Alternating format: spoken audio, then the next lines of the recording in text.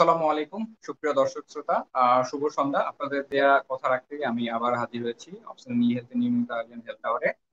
সাথে আছি আমি মোহাম্মদ মাহফুজ আলম সিদ্দিক। দর্শক, আজকে আমাদের এক বিশেষ আয়োজন। আমাদের মাঝে আজকে এমন একজন অতিথি রয়েছেন যিনি তার সেবা, সরলতা, তারপর হচ্ছে ব্যবহার দিয়ে জায়গা করে নিয়েছেন লক্ষ কোটি মানুষের মনে। আর উনি বাংলাদেশের একজন প্রখ্যাত নাক কান গলা বিশেষজ্ঞ চিকিৎসক। তিনি বঙ্গবন্ধু শেখ মুজিব মেডিকেল বিশ্ববিদ্যালয়ের সাবেক উপাচার্য এবং চিকিৎসা সেবায় অনন্য সাধারণ অবদানের জন্য বাংলাদেশের সর্বোচ্চ বেসামরিক সম্মাননা স্বাধীনতা পুরস্কারে স্যারকে ভূষিত করা হয় সেই 2012 সালে। আমি পরিচয় করে দিচ্ছি আজকে আমাদের সাথে আমাদের বিশেষ অতিথি professor doctor Prangopal Dutta sir. আসসালামু আলাইকুম। স্যার আমাদের মাঝে উপস্থিত হয়েছেন। স্যার আসসালামু আলাইকুম, আপনি কেমন আছেন আসসালামু স্যার? আলাইকুম। আমি ভালো আছি, আপনারা সবাই ভালো তো? জি স্যার, আলহামদুলিল্লাহ। আমি ভালো, আমরা ভালো। আশা করি অপশন ই হেলথের নিয়মিত দর্শক সবাই ভালো আছেন এবং আমাদের সাথে যুক্ত হয়েছেন। দর্শক, আজকে আমাদের আলোচ্য বিষয় হচ্ছে কান পাকা ও কানের যত সমস্যা। আপনাদের সমস্যাগুলো সংক্ষিপ্ত আকারে আমাদের কমেন্টস বক্সে লিখে ফেলুন। আমি একটু একটা বিষয় আপনাদের উদ্দেশ্যে বলতে চাচ্ছি। আপনাদের সমস্যাগুলা একটু সংক্ষিপ্ত আকারে লিখবেন যেন আমরা তার সমাধান দিতে পারি এবং যথাসময়ের মধ্যে আমরা তার সেই সমাধান দেওয়ার চেষ্টা করব আমাদের স্যারের মাধ্যমে। স্যার, আজকে আমাদের আলোচ্য বিষয় হচ্ছে কান পাকা ও কানের যত সমস্যা। তো শুরুতেই যে বিষয়টা আমি বলতে যাচ্ছি, মানব দেহের 5টি সংবেদনশীল অঙ্গের মধ্যে কান অত্যন্ত গুরুত্বপূর্ণ একটি অঙ্গ স্যার। এই নিয়ে স্যার আপনার অনেক প্রোগ্রাম হয়েছে, আপনি অনেক বিশেষ পরামর্শ দিয়েছেন। সেই দিক থেকে কানের গুরুত্ব অপরিসীম। তো স্যার, কানের যেই সমস্যাটা খুব বেশি হয়ে থাকে সেটা হচ্ছে মধ্যকর্ণ বা অন্য অন্তঃকর্ণের প্রদাহ। তো এটা হয়তো অনেক পেশেন্ট আপনারা পেয়ে থাকেন স্যার। তো এই মধ্যকর্ণ বা অন্তঃকর্ণের প্রদাহটা আসলে বলতে কি বোঝায় বা কি কি সিমটমস দিয়ে সেটা বোঝা যাবে, একটু যদি স্যার আমাদের দর্শকদের উদ্দেশ্যে আপনি একটু বলতেন please।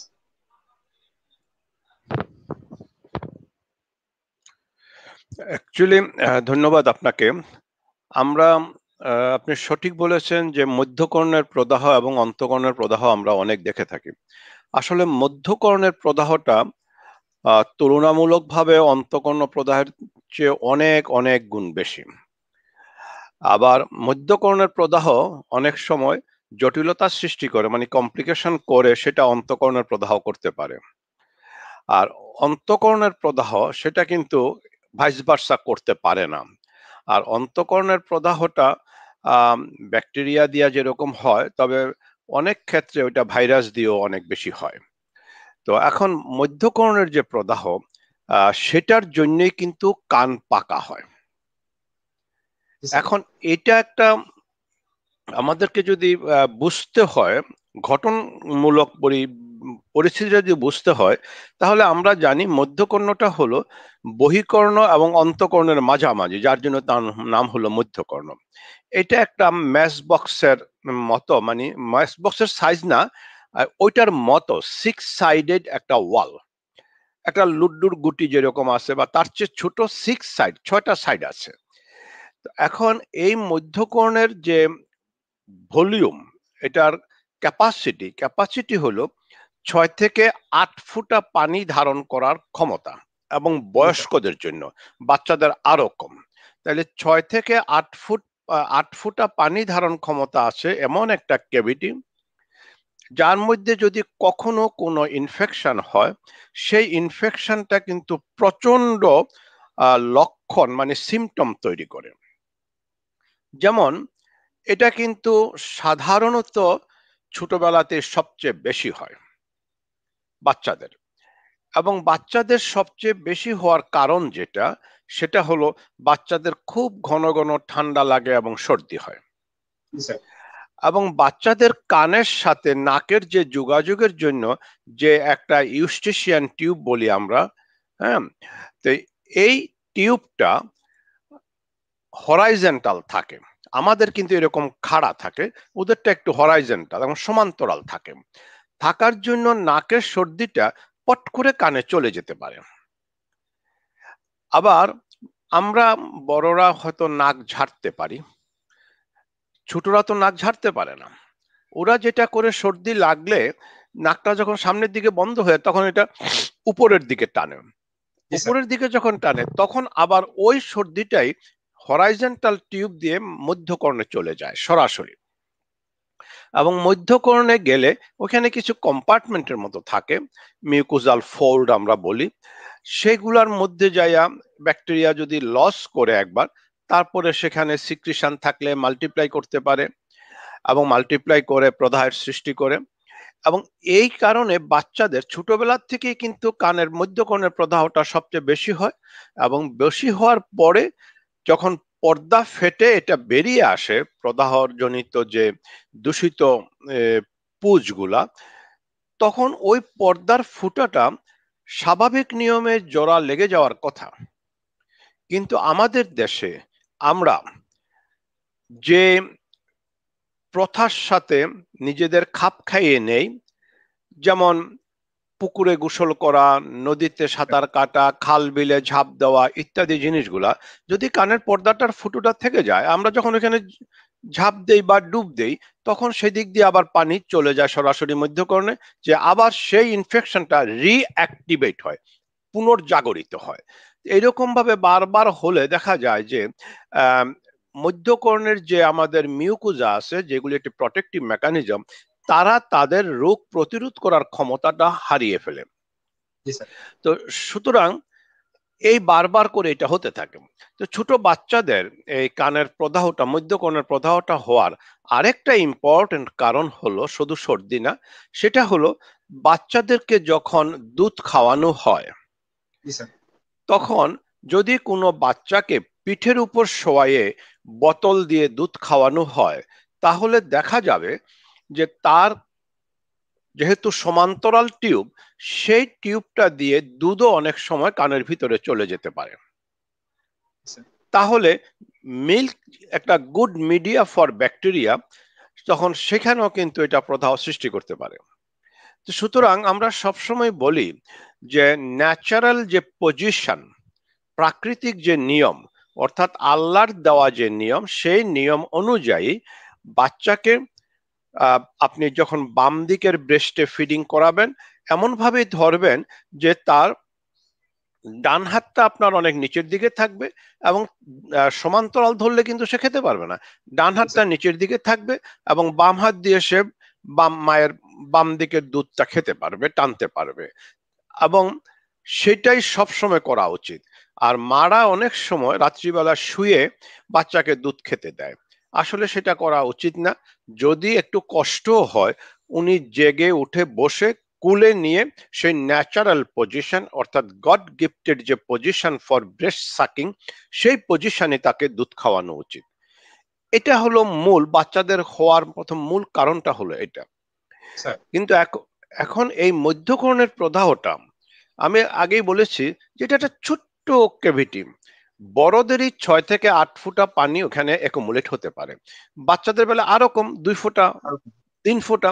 তো সুতরাং ওই জায়গাতে যখন প্রদাহ হয়, তখন এই 6 সাইডেড ক্যাভিটিটার সবচেয়ে দুর্বল ওয়ালটা হলো ল্যাটারাল ওয়াল, এবং সেটা হলো কানের পর্দাটা দিয়ে তৈরি, এবং সেই দুর্বল ওয়ালটা, কানের পর্দাটাই ফেটে যায়। ফেটে গিয়ে সেটার একটা প্যাথোলজি আছে, সেই প্যাথোলজি এখানে কারো দরকার নেই। তো এটা ফেটে যায়, ফেটে গিয়ে সেখান থেকে পুষ্টা যখন বেরিয়ে আসে, তখন একটা মানে পার্থক্য পরিলক্ষিত হয়, যেটা সাধারণ মানুষও বুঝতে পারে।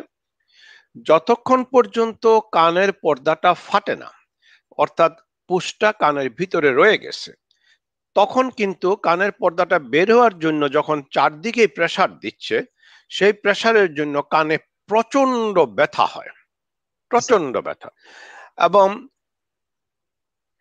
যেই মুহূর্তে কানের পর্দাটা ফেটে যায়, তখন দেখা যাবে কানের ওই বাইরের কানের মধ্যে একটু রক্ত জমাট বাঁধা পুঁজ এসেছে বা পানি এসেছে, এবং একের সাথে বাচ্চার ব্যথা চলে গেছে, অর্থাৎ পুঁজের প্রেসার তো আর ভিতরে নেই, ব্যথাও চলে গেছে।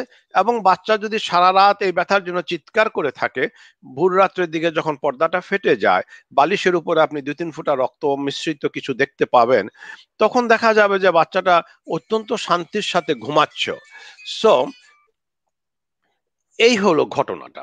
তো সুতরাং এইটুকু যদি বুঝতে পারে, তাহলে মানুষ এই বাচ্চাদের কানের যত্ন নেওয়া, বিশেষ করে মারা, এটা যদি করে, তাহলে কিন্তু অনেক বাচ্চার কানের পর্দা ফাটা থেকে বা মধ্যকর্ণের প্রদাহ থেকে রক্ষা করতে পারে। জি স্যার।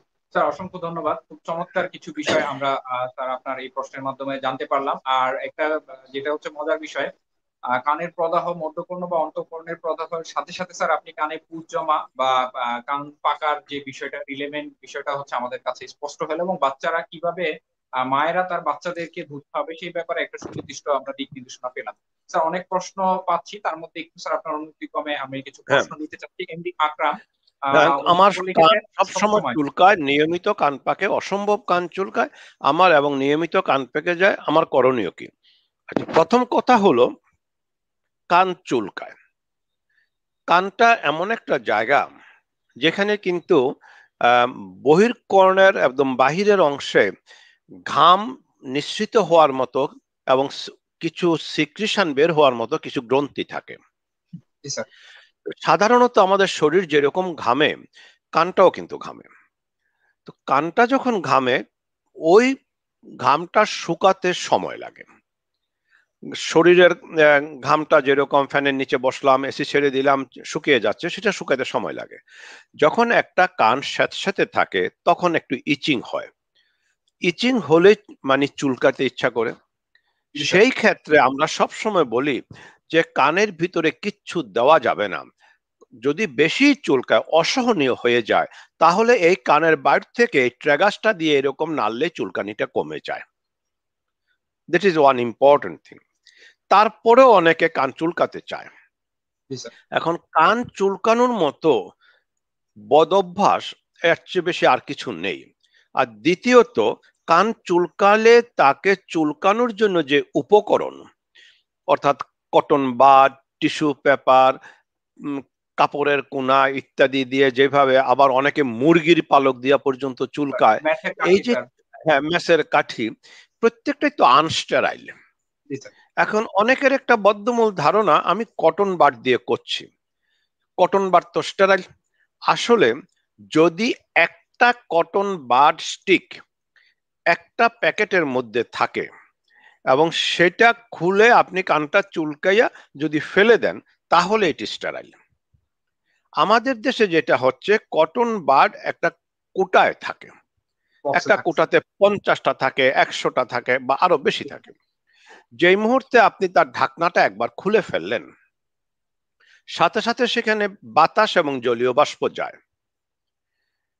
কটন হলো হাইগ্রোস্কোপিক এজেন্ট, সে পানি টেনে নেয় তার নিজের কাছে, এবং এই হাইগ্রোস্কোপিক এজেন্ট হওয়ার জন্য জলীয় বাষ্প সে আরো বেশি টেনে নেয়।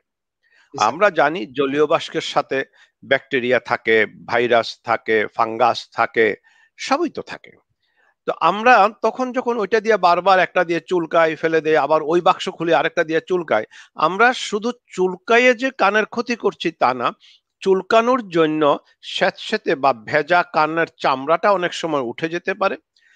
2 নম্বর হলো, ওইখানে ব্যাকটেরিয়া, ফাঙ্গাস বা ভাইরাস এদের ইনফেকশন হয়ে অনেক জটিল আকার ধারণ করতে পারে। জি স্যার। তখন একে তো মধ্যকর্ণের প্রদাহ আসে, এবার শুরু হয়ে গেল বহিঃকর্ণের প্রদাহ, মানে ওটা ইজ এক্সটার্না, ওইটা ছিল মিডিয়া।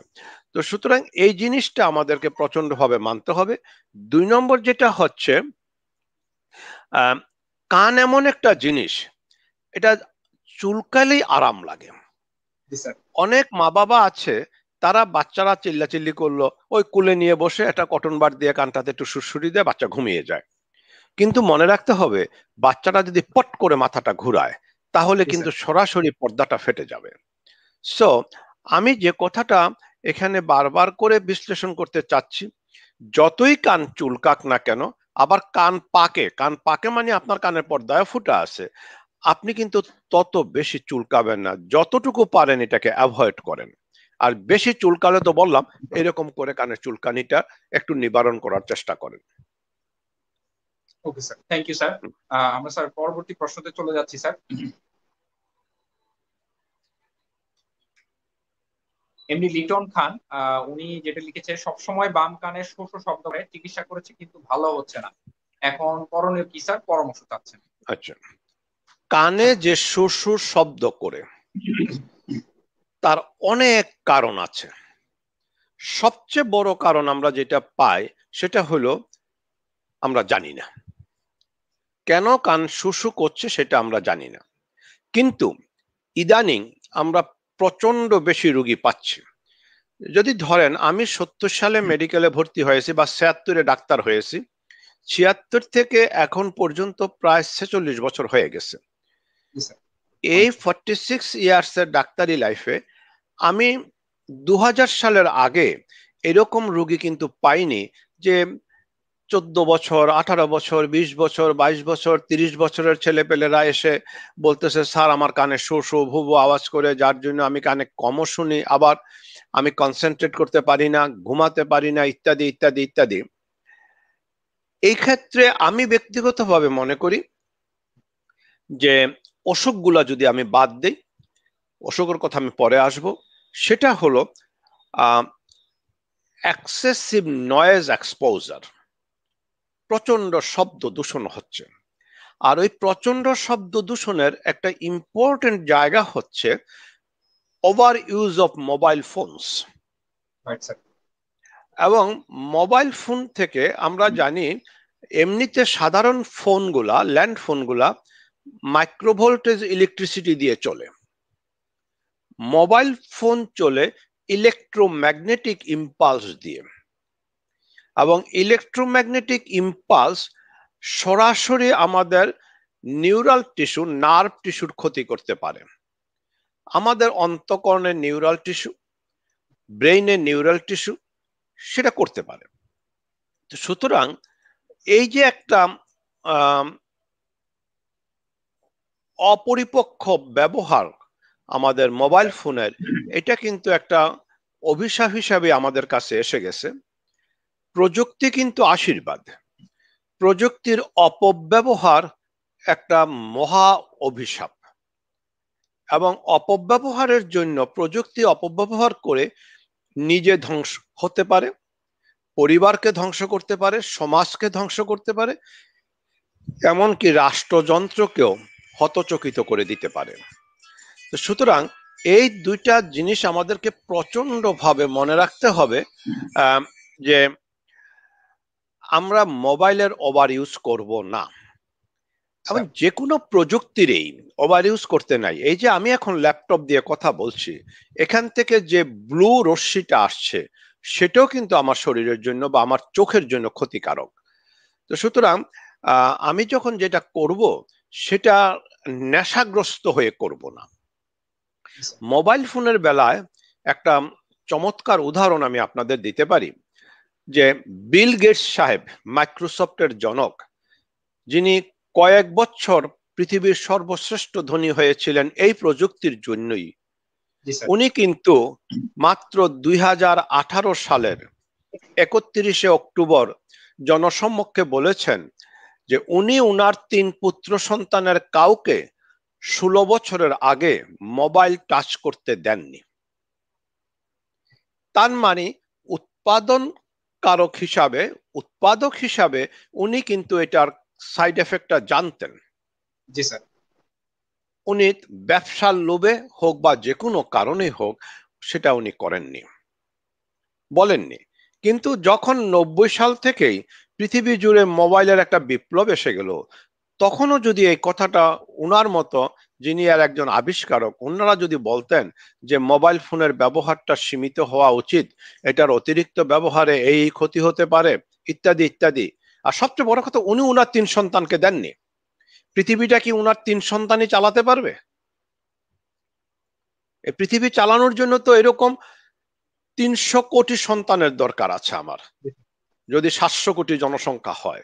তো সেই ক্ষেত্রে আমি বারবার যারা তরুণ প্রজন্ম এই মোবাইল ইউজ করছে এবং শব্দের প্রতি যারা প্রচন্ড ভাবে মুখোমুখি হচ্ছেন, তাদেরকে বলবো শব্দ থেকে নিজেকে একটু দূরে রাখতে হবে। সবচেয়ে বড় কথা হলো মোবাইল ফোন ইউজের জন্য কিন্তু আইডিয়ালি পেজ হলো 20 সেকেন্ড। আপনি মোবাইলটা ধরে 20 সেকেন্ড কথা বলবেন, 20 সেকেন্ডে অনেক কথা বলা যায়। জি স্যার।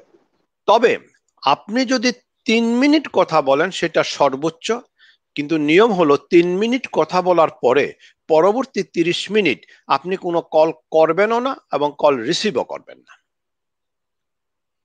সো এটা মানতে হবে। সুতরাং এই কানের শুশুর জন্য এটা একটা ইম্পর্টেন্ট জিনিস। আর কতগুলি অসুখের জন্য হয়। এ সিম্পল অসুখ হলো বাইরের কানে যদি ময়লা জমে ঠেসে যায় তাহলে কান শুশু করতে পারে। কানের পর্দা ফুটা থাকলে কান শুশু করতে পারে। মিডল ইয়ারে যদি অন্য কোনো অসুখ থাকে, একটা কানের হাড় যদি মোবাইলিটি কমে গিয়ে শক্ত হয়ে যায় তাহলেও কান শুশু করতে পারে। আবার অন্তঃকরণে আমরা যেটাকে ককলিয়া বলি বা লেবিরিন্থ বলি, ওই দুটার যে কোনো একটাতে প্রদাহ হলো অনেক সময় মাথা ঘুরাতেও পারে, কান শুশুও করতে পারে যথাক্রমে। সো এই জিনিসগুলো আমাদেরকে এখন ভালোভাবে মনে রাখতে হবে। তো আর কানের শুশুর জন্য আমরা সাধারণত কিছু নিয়ম বলে দেই, হালকা কিছু ওষুধ দেই। সেটা যে কোনো একজন ডাক্তারকে দেখে কানের শুনানিটা পরীক্ষা করে কারণটা কি আছে কিনা। আমি কিন্তু বলেছি ম্যাক্সিমাম ক্ষেত্রে কানে শুশু করার কারণ আমরা পাই না। যদি কারণ থাকে তাইলে আপনি ভাগ্যবান, ডাক্তারও ভাগ্যবান। কারণটা সমাধান করে দিলেই শুশুটাও কমে যাবে।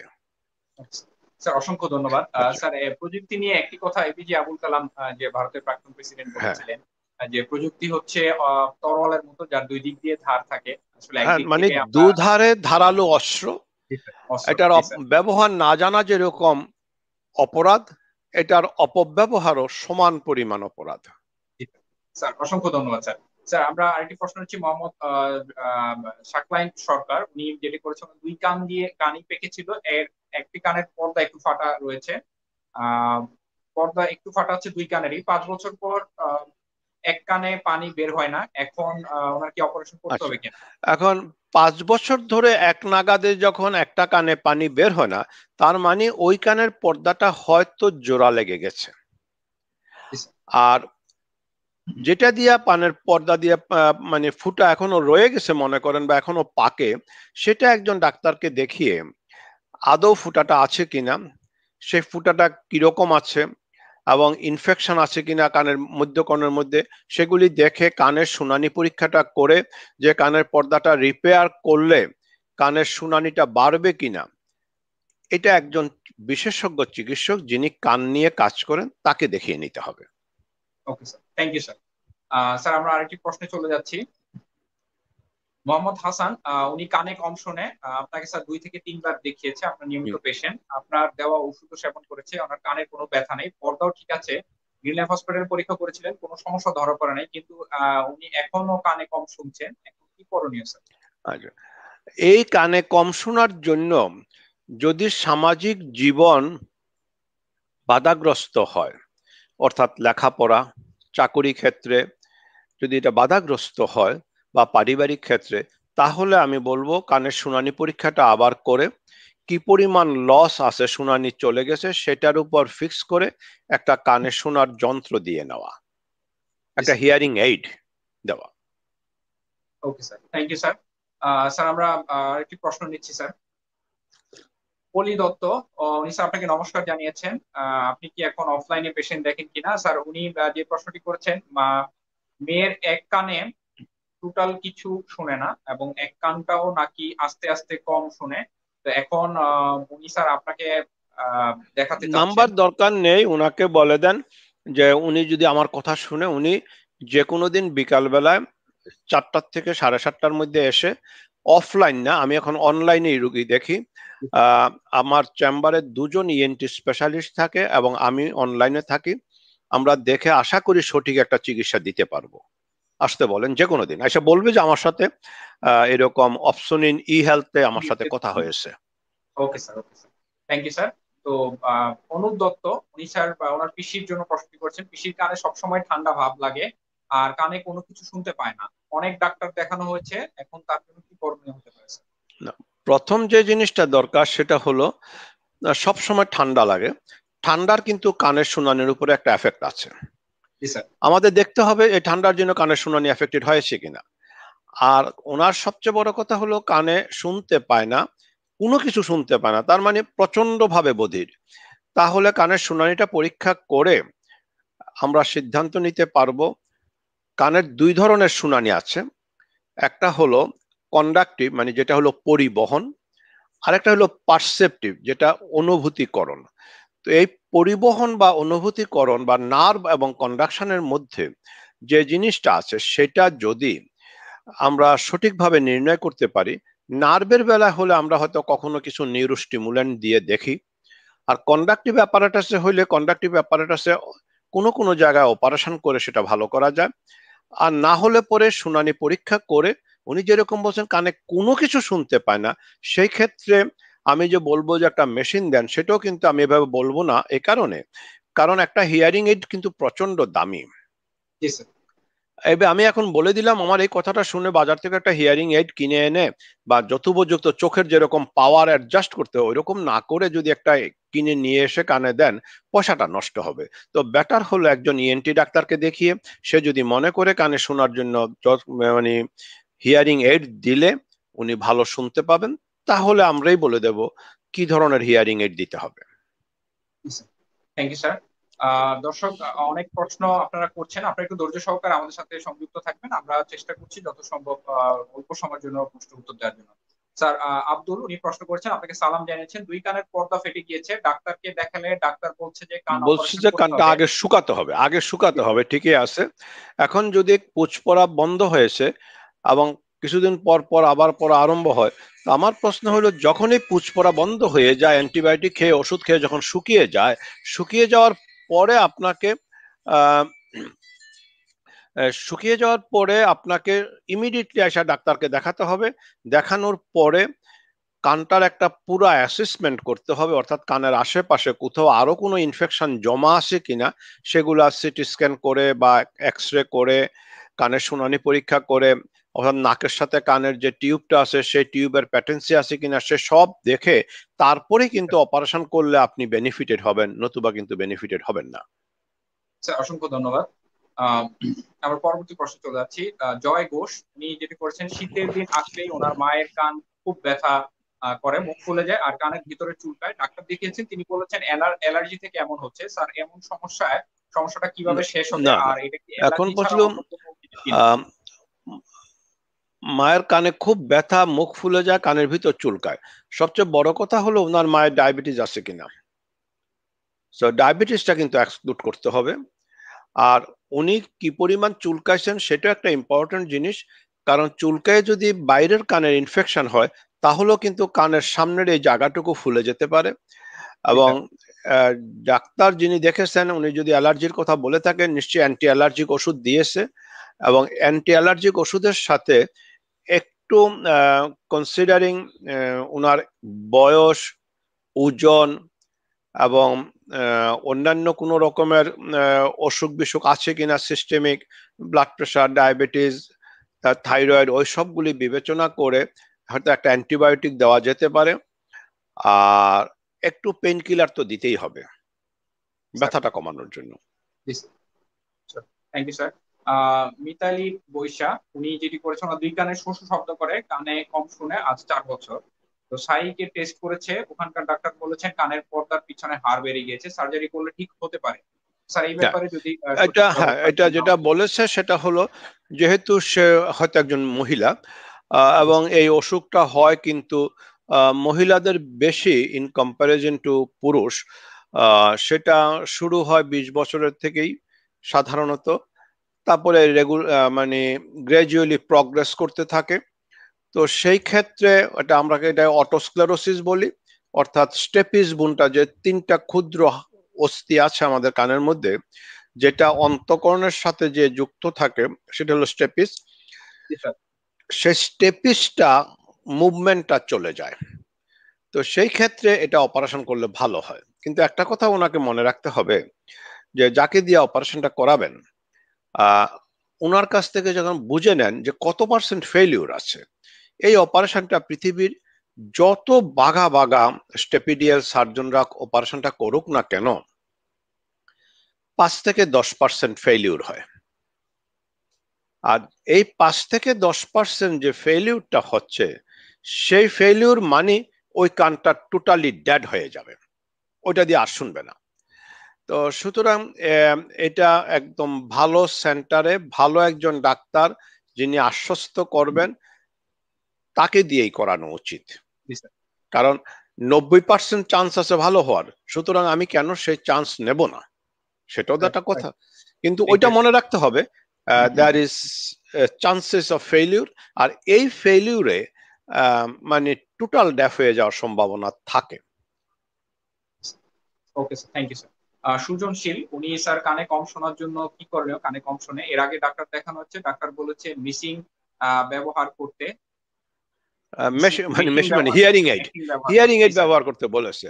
যদি ইএনটি ডাক্তার বলে থাকে আর ওনার এখন আর মানে উনি ভেরিফিকেশনের জন্য যদি আরেকজনের কাছে যেতে চায় যেতে পারে, তবে সাধারণত যে ডাক্তার বলেছে যে হিয়ারিং এইড ব্যবহার করতে হবে, উনি নিশ্চয়ই তার অতটুকু প্রজ্ঞা আছে বলে সেটা বলতে পারছে।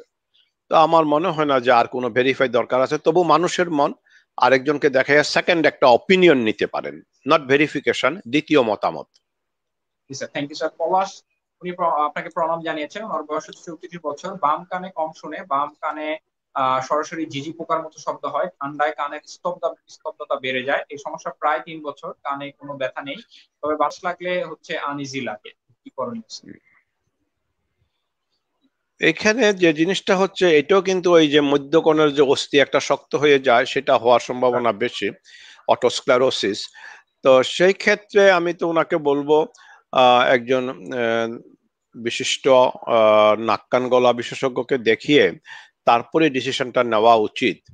কারণ নাক কান আর গলায় এই তিনটা জায়গাতে মেডিসিনের মতো রুগী না দেখে প্রেসক্রিপশন দেওয়া খুব কঠিন হয়ে যায়। কারণ এখানে আমাদের আবার নাক কান গলার আবার আরেকটা সুবিধাও আছে, যে আমরা পরীক্ষা নিরীক্ষা খুব কম দেই। কারণ চোখে দেখে ফেলছি কানের পর্দা ফুটে, ওইটা আবার পরীক্ষা করে ধরার কোনো দরকার আছে নাকি? তা তো নেই। আমি চোখে দেখেছি কানের বাইরের কানে ময়লা আছে, এটা তার পরীক্ষা দরকার নাই, ময়লা পরিষ্কার করে আমি দেখবো। তো সুতরাং একজন ডাক্তার দেখিয়ে সিদ্ধান্তটা নেন। থ্যাংক ইউ পলাশ ভাই, আশা করি আপনি প্রশ্ন উত্তরটি পেয়েছেন। এমডি ইউসুফ, ওনার নাকের হাড় বাঁকা সম্পর্কে কিছু আচ্ছা জানতে চাচ্ছে স্যার। নাক কান আচ্ছা, মাথা সব এখন জায়গায় হ্যাঁ, ব্যথা করে। তো এটা হলো আমাদের নাকের, কিন্তু অনেকে মনে করে যে আল্লাহ তাআলা দুইটা চোখ দিছে, দুইটা কান দিছে, আহ দুইটা হাত দিছে, কিন্তু নাক একটা দিছে কেন? আসলে নাক একটা দেয়নি, নাকও কিন্তু দুটাই। আর নাকের মাঝে একটা পার্টিশন দিয়ে দুইটা ছিদ্রি করে দেওয়া হয়েছে। এখন এই যে পার্টিশনটা, নাকের হাড় বাঁকা বলতে ওই মাঝের পর্দাটাকে উনি বোঝাতে চাইছেন, যাকে আমরা বলি নেজাল সেপ্টাম। তো নেজাল সেপ্টাম কিন্তু মোরলেস সবাইরই কিছু না কিছু বাঁকা থাকে। এখন ওনার বাঁকাটা কোনো চিকিৎসা লাগবে কিনা সেটা ডিপেন্ড করবে ওনার নাক সব সময় বন্ধ থাকে কিনা, অথবা প্রায় নাকে সর্দি লাগে কিনা, এবং উনি মাথা ব্যথা করে কিনা। উনি লিখেছেন নাক কান মাথা সব জায়গাতে ব্যথা করে, তার মানে ওনার হাড্ডিটা গ্রসলি বাঁকা। তো সেই ক্ষেত্রে আমি বলবো যে ওনার ওই হাতটা সোজা করে নেওয়াটাই হলো সবচেয়ে সহজ পথ, এবং এটা এমন একটা কোনো কঠিন অপারেশন না। হাসপাতালে ভর্তি অনেক সময় থাকতে হয় না, সকালে করে বিকালে চলে যায় ডে কেস হিসাবে। তো সুতরাং সেটা করে নিতে পারেন। Thank you sir. Sir, MD Maruf Hossain সালাম জানিয়েছেন, ওনার আব্বার গলার স্বর কয়েক মাস যাবত ফেস ফেস করে, তো স্যার এটা কি, এই সমস্যা কি করণীয় স্যার? কয়েক মাস যাবত? এখন ব্যাপারটা সহজ, আমরা কিন্তু সব সময় বলি একজন বয়স্ক মানুষ যার গলার স্বরটা ভেঙে গেছে, 15 দিন পর্যন্ত ওষুধ খাওয়ানো হয়েছে, কথা বলা বন্ধ রাখা হয়েছে, সবকিছু করার পরেও গলার স্বরটা ঠিক হয় নাই, তাহলে তাকে পুরোপুরি পরীক্ষা নিরীক্ষা করে প্রমাণ করে নিতে হবে যে তার গলায় কোনো ক্যান্সার নাই। সুতরাং যত তাড়াতাড়ি সম্ভব গলার পরীক্ষাগুলা করে যে গলার আমাদের কণ্ঠনালীতে কোনো ক্যান্সার নাই সেটা প্রমাণ করতে হবে। আর পরীক্ষা নিরীক্ষা করতে গেলেই কি কারণে গলার স্বরটা ভেঙে গেছে সেই কারণটাও কিন্তু আমরা পেয়ে যাব, এবং অ্যাকর্ডিংলি ওই কারণের চিকিৎসা দিয়ে যাব। Thank you sir. সচিব হোসাইন, ওনার কানের পর্দা ছিদ্র আছে অনেক দিন ধরে, এখন যদি অপারেশন না করলে কি কোনো প্রবলেম হবে কিনা স্যার? না করলে প্রবলেম একটা একটা হলো আপনি একটু কানে কম শুনবেন ওই কানটাতে। আর 2 নম্বর হলো যেহেতু ছিদ্রিটা আছে, ওই মাঝে মাঝে কানটা পেকে যাওয়ার সম্ভাবনা থাকবে, একটু বৃষ্টিতে ভিজলে, গোসল করার সময় পানি গেলে, একটু সর্দি লাগলে সেটা থাকবে। আর সবচেয়ে বড় কথা হলো যেহেতু এটা একটা ছোট্ট অপারেশন, এটা করে নেওয়া যায়, করে নেওয়াটাই ভালো। কেন আপনি আপনার শরীরের ভিতরে রান্নাঘরের দরজা কেন সারাক্ষণ খোলা রাখবেন? মস্তিষ্কের দরজাটা কেন আপনি খোলা রাখবেন কানের পর্দাটা ফুটা থাকা অবস্থায়? জি স্যার। স্যার মন্টু দে, উনি ওনার ওয়াইফের ওনার স্ত্রীর কানের কানে প্রবলেম, ব্যথা ব্যথা করে, এবং টনসিলও টনসিলও আছে, আছে, পলিফও আছে, পলিপও। বয়স 26। এখন এটার জন্য আপনি যেটা করতে পারেন মেডিসিন, যেমন আমরা একটা নেজাল স্প্রে দেই, ফ্লুভেট নেজাল স্প্রেটা দিতে পারেন। আর একই সাথে একটু অ্যান্টি অ্যালার্জিক, আমি সাধারণত কম দামি গুলাই লিখি, সেগুলা হিস্টাসিন, হিস্টাল্যাক্স, হিস্টাল, ওই জাতীয় ওষুধগুলা দিতে পারেন। আর একটা অ্যান্টিবায়োটিক দিতে পারেন, ক্লাবুসেপ্টাম জাতীয়, মানে সেফুরোক্সিম জাতীয় একটা অ্যান্টিবায়োটিক দেন। আমার মনে হয় তাতেই বোধহয় ভালো হয়ে যাবে। আর ভালো না হলে পরে দ্বিতীয় দফা দেখা যাবে। জি স্যার, অসংখ্য ধন্যবাদ স্যার। অরিজিৎ রয় স্যার আপনাকে নমস্কার জানিয়েছেন। ওনার মা আপনার রেগুলার একজন পেশেন্ট, ওনার কানের সমস্যা ছিল, অনেক ব্যথা করতো, তারপর আপনার কাছে নিয়ে গিয়ে কিছু পরীক্ষা করে ওষুধ দিয়েছেন। মাইরিকা 25, তারপর ইসোনিক্স 20 মাউথ ওয়াশ, এগুলো খাওয়ার পর এখন কিছু কম, কিন্তু কানের উপরে মাথার মাঝে মাঝে ব্যথা করে। বাম কানে আরো 4 মাস আগে আপনাকে দেখানো হয়েছে। এখন কি ওষুধগুলো খেতে পারবে কিনা? হ্যাঁ, খেতে ওনার পারবে। মায়ের বয়স 60 বছর। এগুলা খেতে পারবে, এখানে কোনো সাইড এফেক্ট হওয়ার মতো ওষুধ নেই, এবং এটা প্রলং খেলেও কোনো ক্ষতি হবে না। Okay sir, thank you sir. তো অসংখ্য ধন্যবাদ। মুরাদ হুসাইন, ওনার ছেলের গলার ভেতরে টনসিল হয়েছে, 5 বছর হয়েছে। তা এখন কি করণীয় স্যার? এখন ছেলের বয়স হচ্ছে 8। আর না, এখানে এটা কিন্তু আমরা একটা ব্যাগ কথা বলি সব সময়, আমাদের অভিভাবকরা, বিশেষ করে এখন আমাদের মায়েরা যে কাজটা করে, যেহেতু সন্তান একটা বা দুটা, বাচ্চা খেতে না চাইলে হা করাইয়া দেখে গলাতে কি আছে। তো গলাটা দেখতে গেলে ছোট বাচ্চাদের টনসিলও বড় থাকে। এখন যখন ওই দুই দিকে দুইটা বড় বড় টনসিল দেখে, তখন মার মনে একটা বদ্ধমূল ধারণা হয়ে যাচ্ছে বোধহয় এই টনসিলটার জন্য সে খেতে পাচ্ছে না। আর স্যার বাচ্চাদের এটা বড়ও থাকে। তো এই ক্ষেত্রে টনসিল হয়েছে আমরা তখন বলবো, যদি বছরে 3-4 বার করে গলা ব্যথা হয়ে জ্বর হয়, এবং তখন হা করাইয়া দেখলে যদি দেখা যায় গলার ভিতরে যে দুটো ফুলা আছে দুই দিকে, যাকে আমরা টনসিল বলি, তার উপরে সাদা সাদা পুঁজ জমে গেছে, সেই ক্ষেত্রে আমরা ডাক্তারকে দেখাবো। এবং ডাক্তারকে দেখিয়ে আমরা প্রথমে ওষুধ দিয়ে তার চিকিৎসা করার চেষ্টা করব। সে ওষুধের মধ্যে আমরা সাধারণত ইরিথ্রোমাইসিন জাতীয় একটা অ্যান্টিবায়োটিক আছে, সেটা দেই। সেটা না থাকলে আমরা অ্যামক্সিসিলিন দেই। অ্যামক্সিসিলিন এবং ক্লাবুলিনিক অ্যাসিড মিলাইও দিতে পারি। তারপরে একটু গরম পানি খাওয়াবো, অ্যান্টি অ্যালার্জিক দেব, ব্যথার ওষুধ দেব।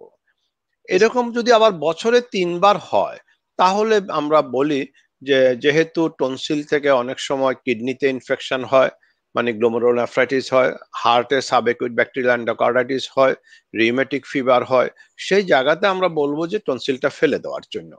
এবং টনসিলটা ফেলে দেওয়ার সময় কিন্তু এটাও খেয়াল রাখতে হবে। আমি ব্যক্তিগতভাবে যেটা করি, আমি তাকে পেনিসিলিনের কাভারিং এ নিয়ে করি। কারণ পেনিসিলিন একটা এমন একটা অ্যান্টিবায়োটিক যেটা টনসিলের ব্যাকটেরিয়া গুলা কমপ্লিকেশন করার যে পথ, যে নেচারটা বের করে নেয়, সেটাকে একটু কন্ট্রোলে রাখা যায়। ওকে স্যার, অসংখ্য ধন্যবাদ। স্যার, আমরা পরবর্তী প্রশ্নে চলে যাচ্ছি। তারা মিয়া, ওনার মাথা ব্যথার সাথে, মানে উনি যেটা জানতে চাচ্ছেন স্যার, মাথা ব্যথার সাথে কানের কি কোনো সম্পর্ক রয়েছে কিনা? সম্পর্ক আছে, তবে মাথা ব্যথা এমন একটা টার্ম, এটার যে কি পরিমাণ কারণ থাকতে পারে সেটা, একেবারে কমন কারণটা হইল অ্যাংজাইটি, টেনশন, নাক বন্ধ থাকা, কানে প্রদাহ থাকা, ব্রেইনে টিউমার থাকা, এই অনেক কারণ আছে। তো সাধারণত এগুলা আপনি সাধারণ স্বাভাবিক মাথা ব্যথার জন্য একজন এমবিবিএস ডাক্তার অথবা একজন মেডিসিন স্পেশালিস্ট বা ইন্টার্নিস্টকে দেখাইয়ে নিতে পারেন। এটার জন্য একেবারে পট করেই ধরে ইএনটি স্পেশালিস্ট, নিউরোলজিস্ট বা নিউরোসার্জন কারো কাছে যাওয়ার দরকার নেই। যদিও আমাদের দেশে এই প্রবণতাটা খুব বেশি, কারণ রেফারেল সিস্টেমটা ভালোভাবে ডেভেলপ করে ওঠেনি বলে সবাই মনে করে দেখাবো যখন বড় ডাক্তারকেই দেখাই, কিন্তু অসুখটা যদি ব্রেইনের হয় কানের বড় ডাক্তারকে দেখে এত লাভ হবে না। সুতরাং মেডিসিনের একজন ডাক্তার যিনি ইন্টার্নিস্ট সব দিকে যার একটা ধারণা আছে, তাকে দেখিয়ে রেফার্ড হলে আসেন, অথবা এমবিবিএস ডাক্তাররা যারা জেনারেল প্র্যাকটিস করে এরাও কিন্তু খুব ভালো প্র্যাকটিস করে। Thank you sir. Sir Zakaria Ahmed উনি ওনার বাবার জন্য প্রশ্নটি করেছেন। ওনার বাবার অনেক কানের সমস্যা, মাঝে মধ্যে কানে দিয়ে পানি পুজ জাতীয় তরল আসে। প্যাকিসিন, জেন্টাবেক এইচসি এয়ার ড্রপ আর হচ্ছে সিপ্রোসিন ট্যাবলেট দিলে কিছুদিন ভালো থাকে, পরে আবার এই গত 2 দিন থেকে একটু বেশি প্রবলেম। এখন একজন স্যারের পরামর্শ নিয়েছে, উনি মক্সাক্লাব, ডক্সিন, রেনোভাইক্সার, ভ্যাকসিন ডি এয়ার ড্রপ দিচ্ছে। তো এক্ষেত্রে আর কি করণীয়, বা ট্রিটমেন্ট প্ল্যানটা ঠিক আছে কিনা, কতদিন চলবে? একদম প্রথম প্রথম কথা হলো ওনার আব্বা, ওনার ডায়াবেটিস আছে কিনা। স্যার ডায়াবেটিসটা হলো একটা অসম্ভব মানে ক্ষতিকারক দিক, যেটা কানের ইনফেকশন ভালো করতে দেয় না, এবং আমরা এটা নিয়ে সবচেয়ে বেশি চ্যালেঞ্জ ফেস করি। সুতরাং ডায়াবেটিস আছে কিনা সেটা দেখতে হবে। যদি ডায়াবেটিস থাকে হাসপাতালে ভর্তি করে ডায়াবেটিস কন্ট্রোল করে ওষুধ দিয়ে তারপরে ডায়াবেটিসটাকে যতদিন বেঁচে থাকবেন ততদিন কন্ট্রোলে রাখতে হবে। Okay sir, thank you very much sir. MD Anwarul Islam, ওনার কানের পর্দা সমস্যা, মাঝে মাঝে ঠান্ডা লেগে থাকে এবং চুলকায়, সেজন্য নিয়মিত সেট্রিজিন অথবা ফেক্সো 120 সেবন করে। এখন প্রশ্ন স্যার, ওনার প্রশ্ন হচ্ছে এই ওষুধগুলো কি নিয়মিত সেবন করলে কোনো সমস্যা হবে কিনা?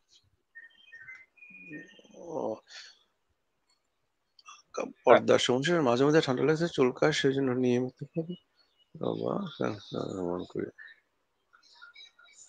সমস্যা হবে কি? এখন মানে কানের পর্দার সমস্যা, মাঝে মাঝে পর্দা তো ঠান্ডা লাগে না, নাকে ঠান্ডা লাগে, তার থেকে ঠান্ডার এফেক্টটা হয়। নিয়মিতভাবে সেটিজিন বা ফ্যাক্সো সেবন করে অ্যান্টিহিস্টামিন বেশি দিন খেলে এমন কোনো ক্ষতি হয় আমার জানা নেই। তবে আমি একটা কথা বলি, আমি নিজেও কিন্তু ব্যক্তিগতভাবে অনেক দিন ধরে অ্যান্টি অ্যালার্জিক ট্যাবলেট খাচ্ছি। তো এটা আমি সব সময় খেতাম ফেনারগেন অথবা পিরিটন। ফেনারগেন এখন আর পাওয়া যায় না, পিরিটনও পাওয়া যায় না। এখন পিরিটনের পরিবর্তে হিস্টাল, ফেনারগেনের পরিবর্তে অটোসিল খাওয়া যায়। কিন্তু সবচেয়ে মজার ব্যাপার হলো এই ওষুধগুলা সাধারণত খুব কম দামি এবং এগুলো কোনো সাইড এফেক্ট নেই। এখন যেহেতু নতুন নতুন গবেষণার ফলে নতুন নতুন অ্যান্টি অ্যালার্জিক ট্যাবলেট বেরিয়ে আসছে, তো সেগুলা লিটারেচার পড়ে আমরা যা জানি যে অত খারাপ কোনো সাইড এফেক্ট নেই। ওটার থেকে মানে সারা বছর সর্দি থেকে কষ্ট পাওয়ার চেয়ে একটা ফ্যাক্সো 120 মিলিগ্রাম বা সেটিজিন খেয়ে যদি আপনি ভালো থাকেন তো থাকেন না, অসুবিধা কি আছে? সাকলাইন খন্দকার, ওনার কানে প্রচুর খৈল হয়, খৈল জমে বা ময়লা যেটাকে বলা হয়, কানে কটন বার বা নরম কাপড় কাঠির সাথে লাগিয়ে বের করে, তাতে কি সমস্যা হবে কিনা? তো স্যার এটা তো না নিয়ে আলোচনা হয়েছে। তো না, আমি উনাকে বলবো কোনো কিছু দিয়া উনি বের করার চেষ্টা করবে না। আইদার একেবারে পিওর সর্ষার তেল অথবা ওয়াক্স সলিউশন একটা আছে, এটা আগে আমাদের দেশে পাওয়া যেত না, এখন পাওয়া যায়। ওয়াক্সল কানের মধ্যে 4-5 দিন দিলে অটোমেটিক্যালি ময়লাটা বেরিয়ে চলে আসে। স্যার এমডি নবী, উনি স্যার প্রশ্নটি করেছেন কুমিল্লা থেকে। কানের সমস্যা, কানে কম শোনে, বেশিরভাগ ডান কানে কম শোনে, আবার কাজ করতে গেলে ডান কানে শু শু শব্দ করে। ডাক্তার দেখিয়েছে, ডাক্তার এই কথা বলে, কিন্তু স্যার আমার কোনো সমস্যা আমি এখন বলতে পারছি না কি সমস্যা। ওনার বয়স হচ্ছে 21 বছর, এখন কি করণীয় স্যার? উনি যদি এটা না বলতে পারে আমি কি করে সমাধান দেব? ইটস বেটার যে উনি একবার আসুক, আয়সা সশরীরে আমাকে এটা বলুক, বলে তারপরে আমি দেখি কি করতে পারি। কানে কম শুনেন, সুতরাং তার শুনানির একটা পথ, কি কারণে কম শুনে সে কারণটা বের করে কানে শুনানির ব্যবস্থাটা করতে হবে। আর কি কথাগুলো উনি বলতে পারছেন না সে কথাগুলো আমাকে জানতে হবে। তো স্যার অসংখ্য রোগের ধন্যবাদ স্যার। ইতিহাস না জেনে তো আমি তাকে চিকিৎসা দিতে পারবো না। দর্শকদের উদ্দেশ্যে একটা ইনফরমেশন স্যার একটু শেয়ার করি, অনেকেই জানতে চাচ্ছে। স্যার এখন অনলাইনে পেশেন্ট দেখছেন গ্রিন লাইফ হসপিটালে। এখন পেশেন্ট দেখার সময় হচ্ছে প্রতিদিন শুক্রবার ব্যতীত বিকেল 4টা থেকে সন্ধ্যা 7:30 পর্যন্ত। তো স্যারের চেম্বারে দুইজন স্পেশালিস্ট ইএনটি স্পেশালিস্ট ডক্টর থাকে এবং স্যার অনলাইনে যুক্ত হয়ে পেশেন্ট গুলো দেখে থাকেন। তো আপনারা যোগাযোগ করে আসতে পারেন প্রয়োজন হলে। এমডি পলাশ বিশ্বাস স্যার, ওনার আশেপাশে জোরে কোনো শব্দ হলে, যেমন গাড়ির হর্ন, মাইকের আওয়াজ ইত্যাদি হলে বাম কানে ভিতর বিভিন্ন কেমন যেন শব্দ হয়। ওনার মনে হয় বাম কানে কম শোনে, ডাক্তার দেখিয়েছে, বলেছে কোনো সমস্যা নেই। এটা কি স্যার কোনো প্রবলেম থেকে হচ্ছে বা কি করণীয় স্যার? না, সমস্যা নিশ্চয় আছে। সমস্যা না থাকলে একটা কানে হর্ন যখন আসছে তখন একটা কানে কেন তার এফেক্টটা হবে? মাইকের আওয়াজে একটা কানে, বাম কানটাতে কেন এফেক্টটা হবে? সুতরাং এই বাম কানের এফেক্টটা কি? যেমন অনেক সময় কিছুই নাই, কানের পর্দা ঠিক আছে, সবই ঠিক আছে, কিন্তু মানুষের একটা কান কিন্তু হাইপার একিউসি, অতি সচেতন, অতি চেতন হয়ে যায়, সেটাও হতে পারে। তো সেটাও একটা কন্ডিশন যেটাকে চিকিৎসা করা যায়। তো আমি ওনাকে বলবো যে বাম কানে যখন উনি রাস্তাঘাটে বের হন, বাম কানে একটা ইয়ার প্লাগ দিয়ে একটু বন্ধ করে রাখা। যখন উনি আবার ঘরে চলে গেলেন, অফিসে চলে গেলেন, কর্মক্ষেত্রে চলে গেলেন, তখন ওইটা খুলে রেখে দিলেন। সো ট্রমা থেকে নিজেকে একটু প্রিভেন্ট করতে হবে। যেরকম ইন্ডাস্ট্রিয়াল হাইজিনে তো সবসময় বলাই আছে, যেসব ইন্ডাস্ট্রিতে শব্দ হয় বা শব্দ দূষণ হয়, সেখানে কিন্তু প্রত্যেকের জন্য কানে ইয়ার প্লাগ অথবা ইয়ার মাপ পরে ফ্যাক্টরিতে কাজ করতে হয়। এমনকি আপনার সেনাবাহিনী বা পুলিশের যারা প্রশিক্ষণ কেন্দ্রে প্রশিক্ষণ গ্রহণ করেন, তাদের কিন্তু শুটিং প্র্যাকটিসের আগে কানে ইয়ার প্লাগ অথবা ইয়ার মাপ দিয়ে নিতে হয়। জি স্যার, জি sir, exactly sir. Thank you sir. Tarek, উনি স্যার ওনার ডান কানে আরটি সিজম, আরটি ম্যাস্ট্রয়েড, না, রাইট রাইট এক্সপ্লোরেটর, সিএসইউএম, রাইট মাস্টার অপারেশন রাইট হয়েছে, ম্যাস্ট্রয়েড। কিন্তু কান জি স্যার। সবসময় আমার শব্দ হয়। এখন আমার করণীয় কি? আমি ওনাকে বলবো যিনি যাকে দিয়ে উনি অপারেশনটা করিয়েছেন তাকে যে একটু দেখানোর জন্য। আহ কানটা ড্রাই থাকলে এত চুলকানোর কথা না। আর কানটা নিশ্চয়ই তাইলে একটু স্যাঁতসেঁতে থাকে। স্যাঁতসেঁতে থাকলে হয়তো বা কানের অপারেশনের পরে আহ নতুন করে আবার কোনো ইনফেকশন হয়েছে কিনা এটা দেখিয়ে পুরো একটা কোর্স ট্রিটমেন্ট নিতে হবে। অ্যান্টিবায়োটিক, কানের ড্রপ, অ্যান্টি অ্যালার্জি, এবং কানের যত্নগুলো ওনাকে করতে হবে। কানের কিন্তু মূল 4টা যত্ন আছে।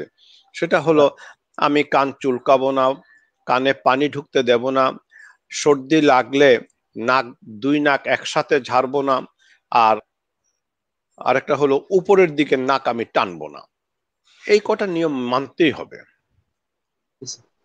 ওকে স্যার, থ্যাংক ইউ স্যার। এবং নাক চেপে কানে বাতাস দেব না, নাক চেপে কানে বাতাস দেওয়া যাবে না। স্যার, ইভানা উনি প্রশ্ন করেছেন, কানের প্যারাটিন গ্রন্থিটি জ্বালাপোড়া করে, নাকের ডান পাশে শুকিয়ে থাকে, বিশেষ করে নাকের পিছনে অস্বস্তি লাগে। এটা কি কারণে হয় স্যার? কানের প্যারোটিড গ্রন্থি না, কানের সামনে থাকে প্যারোটিড গ্রন্থিটা। প্যারোটিড গ্রন্থিটা জ্বালাপোড়া করে, বার্নিং হয়। আহ সাধারণত আহ, যদি ইনফেকশন হয়, যা বার্নিং হবে না, প্যারোটিড গ্ল্যান্ডের ইনফেকশনে প্রচন্ড প্রচন্ড ব্যথা হয়। আর 2 নম্বর হলো, আহ যদি সিম্পলি জ্বালাপোড়া করে, ওটা দেখতে হবে কোনো নিউরালজিক পেইন কিনা। ওই ক্ষেত্রে আপনার প্রিগাবা কিছু জাতীয় কোনো ওষুধ লো ডোজে খেলে চলে যাবে। Okay sir, thank you sir. Zahid sir, উনি যেটি করেছেন, ওনার সবসময় দুই কানে ঝিঝি পোকার মতো আওয়াজ করে, মাঝে মাঝে বাম কানে শোষ শব্দ করে এবং কানের ভিতরে পানি থাকে স্যার। এখন প্রশ্ন হলো বয়সটা কত? জি স্যার, এটা মানে লিখেন। বয়সটা খুব ইম্পর্টেন্ট। সবসময় কানে ঝিঝি পোকার মতো আওয়াজ করে, মাঝে মাঝে বাম কানে শুশু করে, কানের ভিতরে পানি থাকে। তো সেই ক্ষেত্রে আমি তো বলবো যে হয়তোবা মধ্যকর্ণের ঠিক প্রদাহ না, আমরা স্টেরাইল প্রদাহ, স্টেরাইল একটা পানি অ্যাকুমুলেশন বলি, অটাইটিস মিডিয়া উইথ ইফিউশন, সেটা হওয়ার সম্ভাবনা বেশি। এবং সেটা যদি হয় সেই ক্ষেত্রে উনি একটু নাকে ড্রপ দেবেন, জি স্যার। আহ অথবা নাকে স্প্রে দেবেন। যদি সর্দি হাঁচি থাকে ফ্লোবেট নেজাল স্প্রেটা দিতে পারেন। আর মুখে একটু অ্যান্টিবায়োটিক আর একটু হিস্টাল জাতীয় যে ওষুধগুলো আছে, অ্যান্টি অ্যালার্জিক ওষুধগুলো, সেটিজিন, হিস্টাল, এই জাতীয় ওষুধগুলো একটু খেতে পারেন। Okay sir. Sir, Ziaur Rahman, উনি স্যার প্রায় হাঁচি আসে, এ থেকে পরিত্রাণ চায়, কি করণীয় স্যার? আপনার প্রাক্তন রুগী স্যার, প্রচুর হাঁচি আসে। তো এটা যে জিনিসটা আমি বলবো সেটা হলো,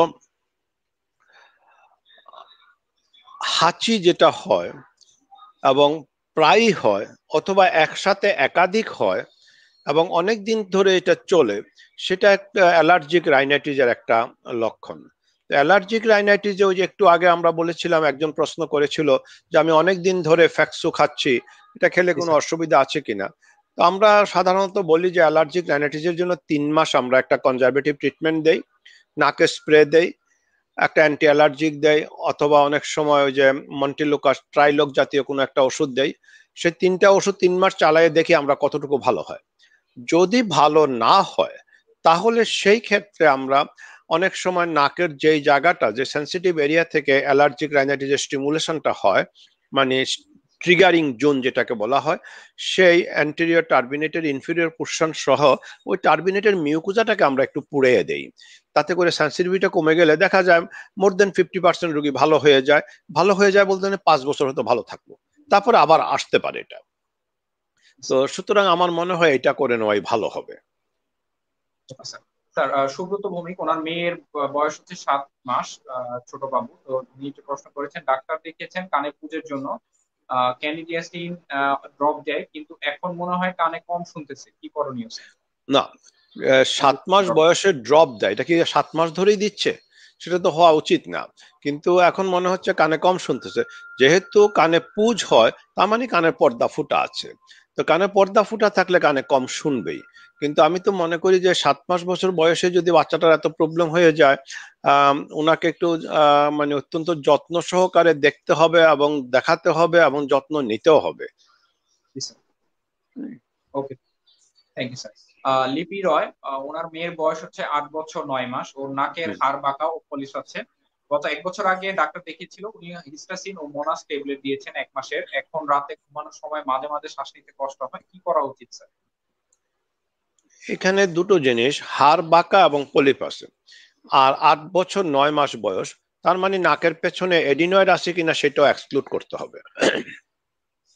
করে হিস্টাসিন মোনাস এই জাতীয় ট্যাবলেট খেয়েছে, কিন্তু সেটা খাওয়ার পরেও যখন ভালো হচ্ছে না, শ্বাস নিতে কষ্ট হচ্ছে এবং নাকে পলিপাস আছে, উনি বলেছেন সাধারণত এত ছোট বাচ্চাদের পলিপাস থাকে না, মাংসটা বড় থাকতে পারে, মানে টার্বিনেট যেটাকে বলি। আর নাকের পিছনে এডিনয়েড যদি থাকে সেটার অপারেশন করে নিতে হবে। এবং ওষুধটা যদি খাওয়ানোই হয় তাহলে এইটার জায়গায় হাড় যদি গ্রসলি বাঁকা না থাকে, সেক্ষেত্রে আমি বলবো নাকের ড্রপ দিতে হবে, মুখে অ্যান্টিবায়োটিক দিতে হবে, তার সাথে হিস্টাসিন বা মুনাস ওই জাতীয় ওষুধ দিতে হবে এবং মাসখানেকের মতো খাইয়ে তারপরে আবার রিভিউ করতে হবে।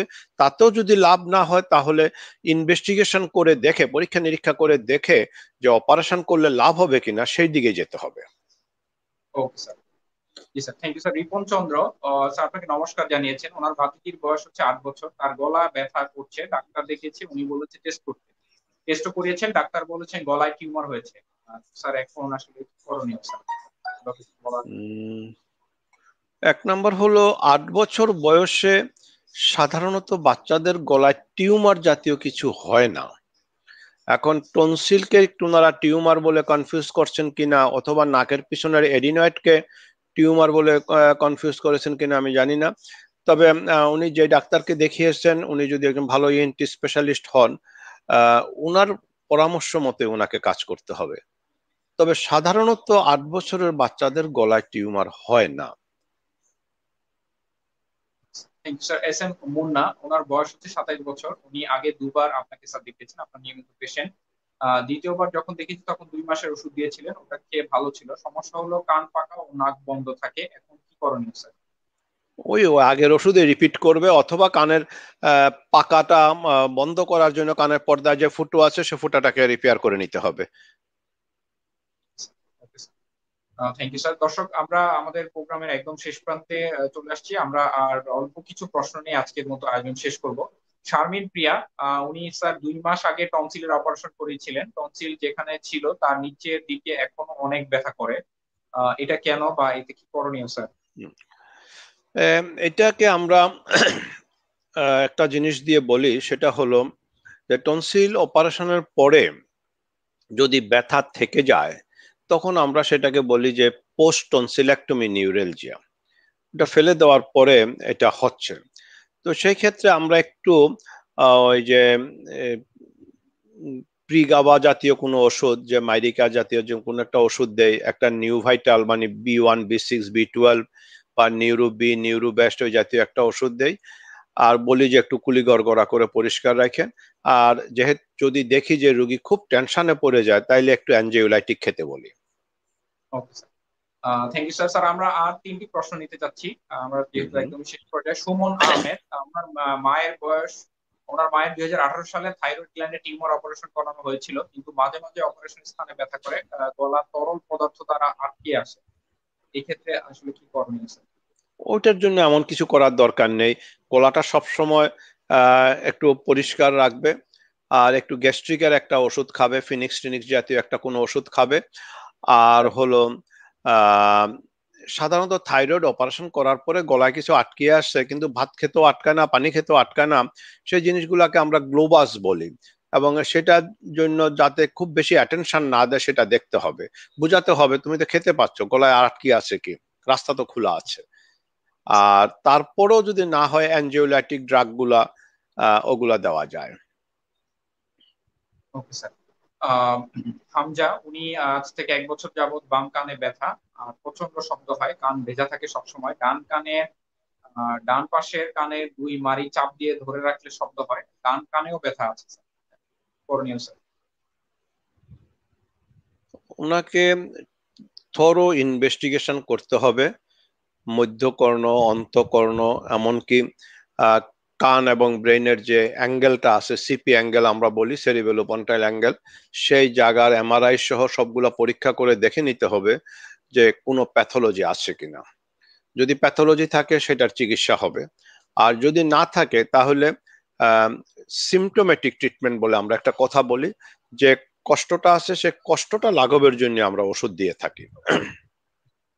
দর্শক, আজকের প্রোগ্রামের লাস্ট কোশ্চেনটি নিচ্ছি আমরা, যেহেতু স্যার আসলে আমরা 1 ঘন্টার মধ্যে শেষ করবো ইনশাল্লাহ। তো আপনারা অনেক প্রশ্ন করেছেন, আমরা চেষ্টা করেছি উত্তর দেওয়ার জন্য। আচ্ছা, নাসিমা আক্তার, ওনার বয়স হচ্ছে 30 বছর, ছোটবেলা থেকেই নাক দিয়ে ব্লিডিং হয়, আপনার চিকিৎসায় আলহামদুলিল্লাহ ভালো আছে, আপনি নিয়মিত পেশেন্ট। এখন ওনার ছেলের বয়স 5 বছর, ওর নাক দিয়েও ব্লিডিং হয়, এখন কি করতে পারে স্যার? এখন তাহলে ওই বাচ্চাটাকে আহ নাক দিয়ে ব্লিডিং হয় মানে বাচ্চাটার ঘন ঘন সর্দি হয় কিনা দেখতে হবে। জি স্যার। সাধারণত নাকের একটা জায়গা আছে যেটাকে আমরা লিটলস এরিয়া বলি, যেখানে রক্তের শিরাগুলা একটা প্লেক্সাস মানে একটার সাথে আরেকটা মিশে, সেই জায়গাটার শিরাগুলা একটু মানে সুপারফিশিয়াল মানে ভাসা ভাসা থাকে। সেক্ষেত্রে বাচ্চারা যদি এরকম ভাবে নাক ঘষে, নাক খুঁটায়, তাহলে কিন্তু নাক থেকে রক্ত পড়ে। তো আমি আপনাকে বলবো যে প্রথমে আপনি একটা কাজ করেন, নাকের ভিতরে একটু মলম লাগানোর ব্যবস্থা করেন, যে কোনো একটা অ্যান্টিবায়োটিক অয়েন্টমেন্ট, মুখে একটা অ্যান্টিবায়োটিক দেন, আর ছেলেকে বুঝান যে সে যেন নাকে হাত না দেয়। অনেক সময় জি স্যার। দেখবেন যে রাত্রে ঘুমাসে, সকালবেলা দেখবেন যে নাক থেকে রক্ত পড়েছে, বালিশে পড়ে আছে। এটা হলো নাক যখন ইরিটেট করে তখন নাকটা বালিশের মধ্যে ঘষে বাচ্চারা, তখনও সেরা শিরাগুলা ফেটে যায়। আর তারপরেও যদি না যায় তাইলে একবার দেখিয়ে নিয়েন। জি স্যার। স্যার অসংখ্য ধন্যবাদ। দর্শক, আজকের আমাদের আয়োজনের একদমই শেষ প্রান্তে আমরা। আপনাদের অনেক প্রশ্ন, অনেক সাড়া পেয়েছি আমরা আসলে। স্বল্প সময়ের মধ্যে এতগুলো প্রশ্নের উত্তর দেওয়া কিছুটা কঠিন হয়ে যায়, তারপর আমরা সবসময় চেষ্টা করি একটু বেশি সময় নিয়ে প্রশ্নের উত্তরগুলো দেওয়ার, কিন্তু স্যার টানা এই প্রোগ্রামে ব্যস্ত থাকার ফলে স্যার খুবই ক্লান্ত, যে কারণে আমরা আমাদের আজকে 1 ঘন্টার মধ্যে প্রোগ্রাম শেষ করবো। স্যার অসংখ্য ধন্যবাদ। আপনি না, আমি স্যার সবাইকে এত ধন্যবাদ দিচ্ছি। ব্যস্ততার। আসলে আজকে আমার আরো দুইটা ওয়েবিনার ছিল, তো সেজন্য আর এখন আর গলা দিয়ে কথা বেরোই হচ্ছে না। জি স্যার। হ্যাঁ, স্যার থ্যাংক ইউ। আসলে আর কি বলবো যারা স্যার? আজকে অপশন ইন ই হেলথের মাধ্যমে আমার মুখোমুখি হয়েছেন তাদের প্রতি আমি কৃতজ্ঞতা জানাচ্ছি। সবার কাছে অনুরোধ করব, সবাই নিয়ম মেনে চলেন। এই যে অতিমারি যেটা এসেছে আমাদের, করোনা ইনফেকশন, তার থেকে নিজেকেও বাঁচান, আত্মীয় স্বজনকে বাঁচতে সাহায্য করেন, আর আমার জন্য দোয়া করবেন যেন আল্লাহ আপনাদের মুখোমুখি আরো অনেকবার করতে পারে আমাকে।